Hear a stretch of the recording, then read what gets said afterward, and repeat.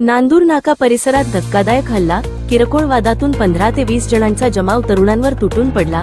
लोखंडी दांडके आणि चॉपरने जीवघेणा हल्ला. अजय कुसाळकर आणि राहुल धोत्रे गंभीर जखमी. सुमित हांडोरेने चॉपरने वार करून राहुल धोत्रे यांच्या पोटातील कोथळा बाहेर काढला. आडगाव पोलीस ठाण्यात गुन्हा दाखल. तपास अपी निखिल बोंडे करत आहेत. मालाड मालवणीतील पालिका शाळा खाजगी नया फाउंडेशन संस्थेला देण्याचा प्रशासनाचा निर्णय वादग्रस्त ठरला. या निर्णयाविरोधात काँग्रेसचा तीव्र विरोध, मोठे आंदोलन. अनेक पालकांनी या आंदोलनात सहभाग घेतला. पालक म्हणतात, आमच्या विश्वासाशिवाय घेतलेला निर्णय, विद्यार्थ्यांच्या भविष्यास धोका. काँग्रेस नेते वर्षा गायकवाड आणि असलम शेख यांनी प्रशासनावर संताप व्यक्त केला.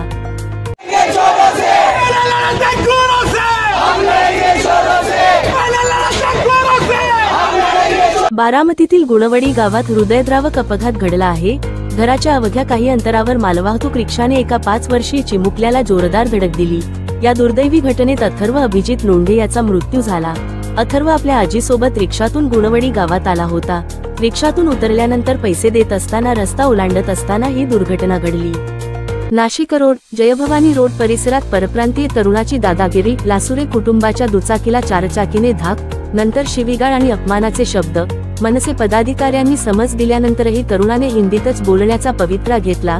संतप्त मनसैनिकांनी त्याला चोप देत मराठी कुटुंबाची माफी मागण्यास भाग पाडले. परिसरात तणाव, पोलिसांनी परिस्थिती नियंत्रणात आणली.